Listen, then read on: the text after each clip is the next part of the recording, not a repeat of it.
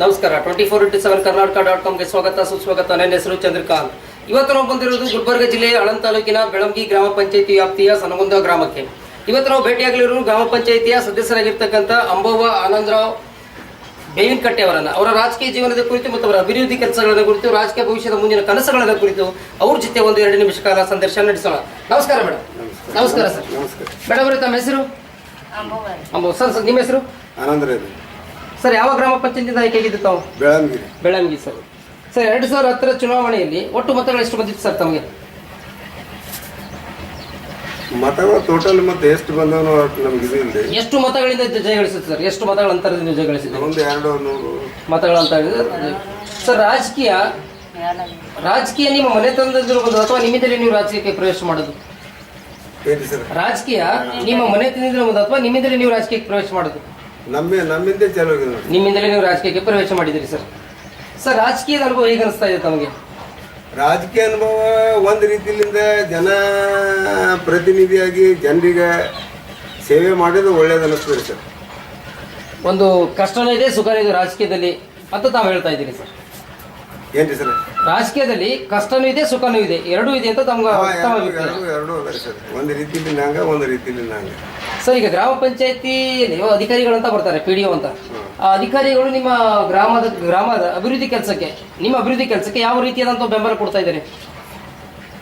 ಅವ್ರಿಗೆ ನೋಡಿ ಸರ್, ಯಾವುದೇ ಇವತ್ತು ನಮ್ಮ ಪಂಚಾಯತಿಗೆ ದುಡ್ಡು ಬಂತು ಸರ್ಕಾರದಿಂದ, ಇವತ್ತು 10 ಲಕ್ಷ ಬಂತು, 20 ಲಕ್ಷ ಬಂತು, ಏನು ಬಂದಿದ್ದು ನಮ್ಮ ಬಲ್ಲಿ ಬಂದಿದ್ದು 1 ಲಾಖ 2 ಲಾಖ ಹಿಂಗೆ ಬಂದು ಇಟ್ಟು ಕೇಸಿಂದ ಯಾವಾಗ ವಿಶೇಷಗಳು ಅವು ಇವು ಎಂಥವೆಲ್ಲ ಕೆಲಸ ನಾವು ಹಿಡ್ಕೋತೇವೆ ಸರ್.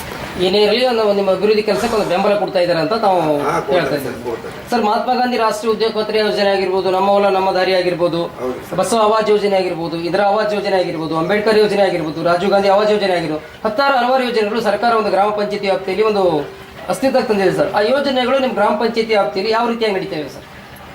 ನಡೀತೀರಿ ಸರ್, ಸರಿಯಾಗಿ ನಡೀತದೆ. ಯಾವ ರೀತಿ? ಒಂದು ರೀತಿಯಿಂದ ಈಗ ಉದ್ಯೋಗ ಖಾತ್ರಿ ಯೋಜನೆಯಲ್ಲಿ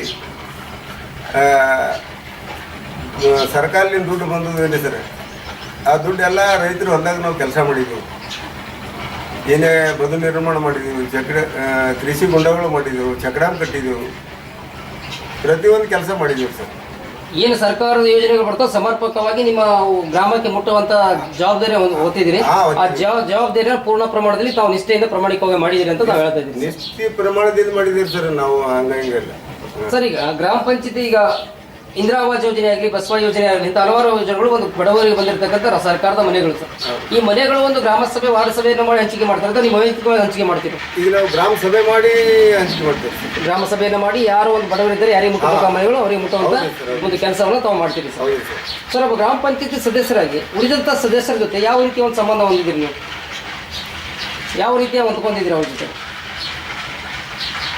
ಯಾವ ರೀತಿಯಲ್ಲಿ ಸರ್, ಪಂಚಾಯತಿಗಿದ್ದು ಎಲ್ಲ ಅಧ್ಯಕ್ಷ, PDO ಸದಸ್ಯರು ಮೀಟಿಂಗ್ದಾಗ ಎಲ್ಲ ಒಂದು ಕೋಆರ್ಡಿನೇಟರ್ ಸರ್, ಎಲ್ಲ ಹೊಂದಾಣಿಕೆ ಮಾಡ್ಬೇಕಾದ್ರೆ ಎಲ್ಲರೂ ಒಂದು ಅಣ್ಣತಮ್ಮರಂತೆ ಒಂದು ಕುಟುಂಬದ ಅಣ್ಣತಮ್ಮರ ಸಮಗ್ರ ಒಂದು ಅಭಿವೃದ್ಧಿ ಕೆಲಸವನ್ನು ಮಾಡುವಂತ ಒಂದು ಒಗ್ಗಟ್ಟಾಗಿ ಕೆಲಸ ಮಾಡುವ ನಿರ್ಣಯವನ್ನು ತಗೊಂಡಿದ್ರೆ ಅಂತ ಹೇಳ್ತಿದ್ದೀವಿ ಸರ್. ಒಂದು ಈ ಸ್ಥಾನ ಕೊಡಬೇಕಾದ್ರೆ ಮೂಲವಾದಂಥ ಕಾರಣ ನಿಮ್ಮ ಊಟ ಹಾಕಿ ಜಯಗಳು ಗಳಿಸಿದರೆ ನಿಮ್ಮ ಊರಿನ ಜನತೆನೇ ಕಾರಣ ಸರ್.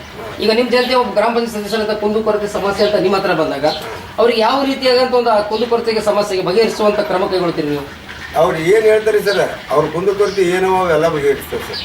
ಯಾವುದೇ ಒಂದು ಕುಂದುಕೊರತೆಗಳ ಸಮಸ್ಯೆ ಅಂತ ಬಂದಾಗ ಅವರಿಗೆ ಒಂದು ಪರಿಹಾರವನ್ನು ಕೊಡುವಂಥ ವ್ಯವಸ್ಥೆಯನ್ನು ತಾವು ಮಾಡ್ತೀವಿ. ಅವ್ರಿಗೆ ಏನು ಆತಂಕದ ಅಂತ ಆತಂಕಗಳು ನಮ್ಗೆ ಕೇಳಿದಾಗ ನಾವೆಲ್ಲ ಬಗೆಹರಿಸ್ತೇವೆ ಸರ್. ಈಗ ನಿಮ್ಮ ಗ್ರಾಮಕ್ಕೆ ಕುಡಿಯುವ ನೀರಾಗಿರ್ಬೋದು, ರಸ್ತೆ ಆಗಿರ್ಬೋದು, ಮಹಿಳೆಯರ ಶೌಚಾಲಯ ಆಗಿರ್ಬೋದು, ಬೀದಿ ದೀಪಗಳಾಗಿರ್ಬೋದು, ಈ ಮೂಲಭೂತ ಸೌಕರ್ಯದ ಬಗ್ಗೆ ಯಾವ ರೀತಿ ಒಂದು ಗಮನ ಹರಿಸಿದ್ದೀರಿ ನೀವು? ನೋಡಿ ಸರ, ಈಗ ಬೀದಿ ದೀಪ, ಹಾಂ ಸರ್, ಬೀದಿ ದೀಪಗಳು ಭೀ ನಮ್ಮ ರಸ್ತೆಗೆ ಹಾಕ್ತೇವೆ ಊರಾಗ.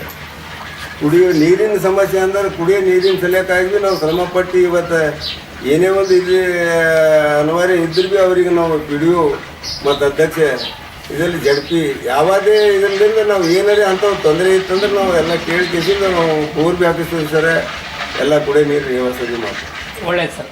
ಇಷ್ಟು ಹೊತ್ತು ನಮ್ಮ ಜೊತೆ ನೀವು ಚರ್ಚೆ ನಡೆಸಿದ್ದೀರಿ. ನಿಮ್ಮ ರಾಜಕೀಯ ಹೋಗಿ ನಾವು ಉತ್ತುಂಗಕ್ಕಿರಲಿ, ನಿಮ್ಮ ರಾಜಕೀಯ ಭವಿಷ್ಯ ಕೊಡುವಂಥ ಉಜ್ವಲವಾಗಿರಲಿ, ಇಷ್ಟು ಹೊತ್ತು ನಮ್ಮ ಜೊತೆ ನೀವು ಮಾತಾಡೋದಕ್ಕೆ 24/7 ಕರ್ನಾಟಕ.com ಮೂಲಕ ನಿಮಗೆ ಆರ್ಥಿಕವಂತ ಸ್ವಾಗತ. ನಮಸ್ಕಾರ. ನಮಸ್ಕಾರ.